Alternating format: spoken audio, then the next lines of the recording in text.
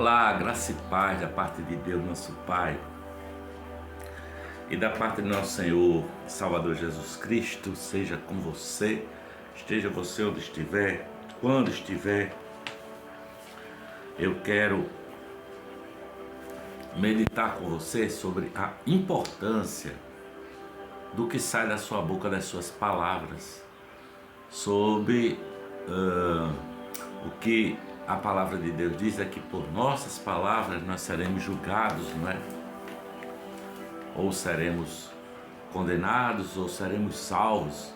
É o que diz a Bíblia. Portanto, é um assunto importante para meditarmos sobre o que estamos produzindo. A palavra de Deus diz também que a boca fala do que está cheio o coração. Então, fique atento do que está cheio o seu coração. Se são de boas coisas ou de coisas ruins, coisas perversas, porque a palavra, você pode nunca ter matado nenhum animal, e você pode matar seres humanos com a sua palavra, né? Chamá-los de qualquer coisa, de coisa nenhuma, ou pior, de excremento. Tem gente que chama os outros de excremento, e isso é um problema muito sério. Então, vamos ler aqui a palavra na epístola de Tiago. A epístola de Tiago, capítulo 3, versículos 1 ao versículo 12, diz assim: olha, meus irmãos, muitos de vós não sejam mestres, sabendo que receberemos mais duro juízo, porque todos tropeçamos em muitas coisas. Se alguém não tropeça em palavra, o tal varão é perfeito e poderoso para também refrear todo o corpo. Ora, nós pomos freios nas bocas dos cavalos para que nos obedeçam, e conseguimos dirigir todo o seu corpo.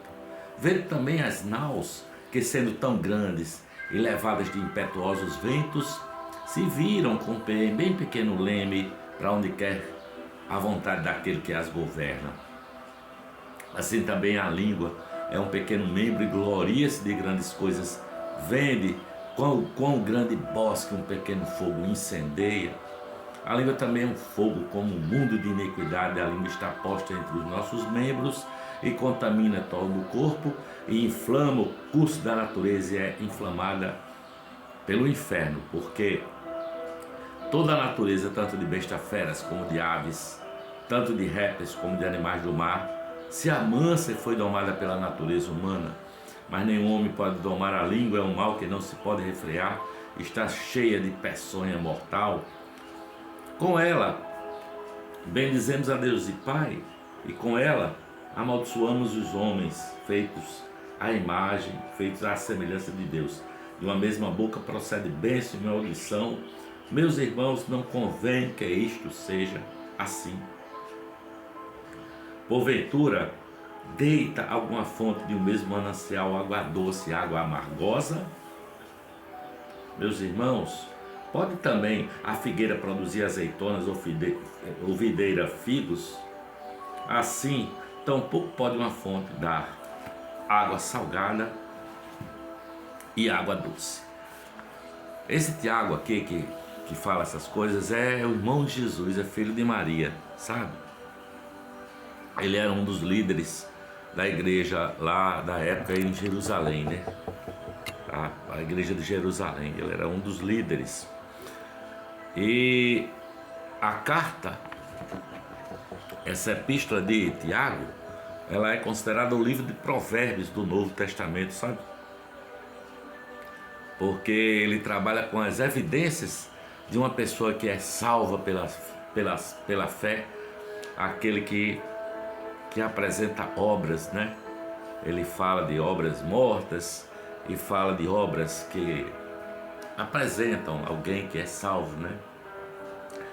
Então, nessa parte que nós lemos hoje aqui, na carta de Tiago, no capítulo 3, versículos de 1 ao 12, ele fala sobre o problema da língua do homem, não é? O problema de que nós temos que ter cuidado com a nossa língua.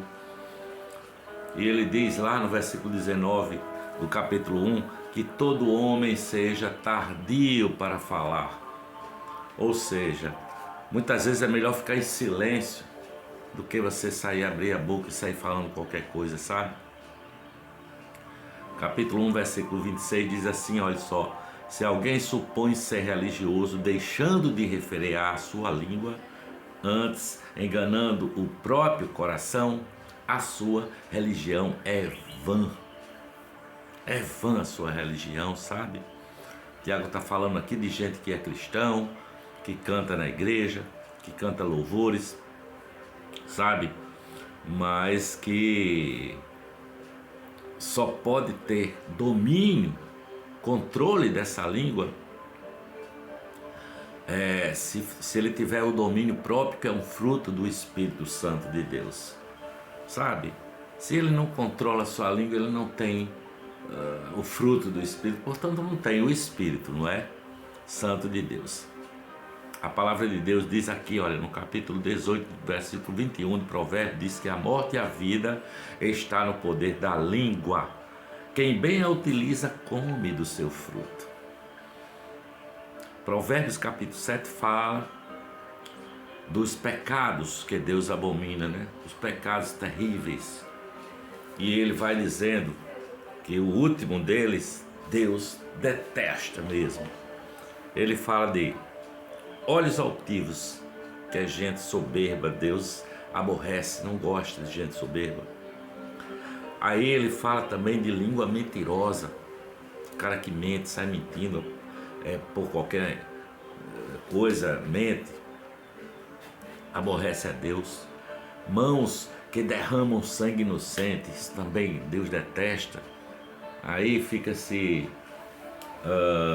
em pauta, está em pauta a questão de aborto. Cara, aborto, os caras se incomodam com um ovo de um animalzinho no campo, que ninguém pode pegar para levar para casa para comer, se for um animal silvestre, que isso é pecado, é um erro inafiançável, um crime, né?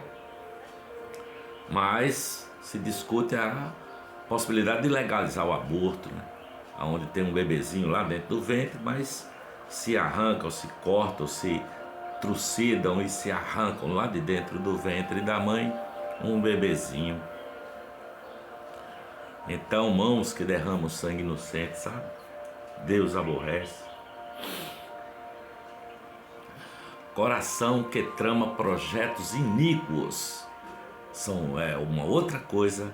É gente que vive tramando mal, né? Aborrece a Deus. Pés que se apressam a correr para o mal. Gente que sai apressada para fazer o mal, tá? Testemunha falsa. Essa pessoa que sai invertendo os fatos para contar enganos.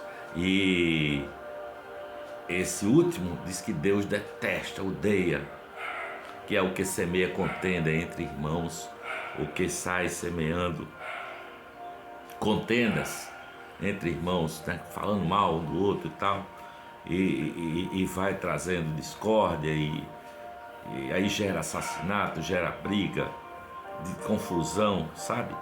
Deus abomina isso com todas as suas forças.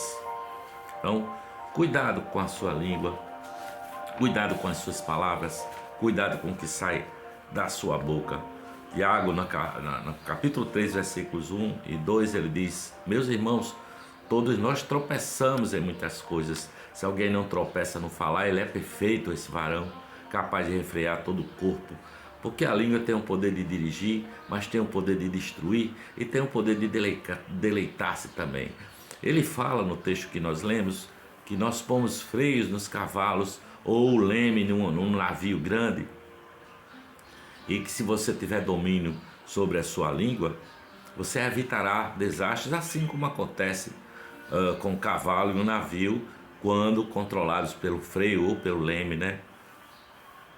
Hitler tinha o dom da palavra, tinha o dom da língua, mas usava para o mal, né? Talvez o homem mais perverso de toda a história da humanidade tenha sido Adolf Hitler.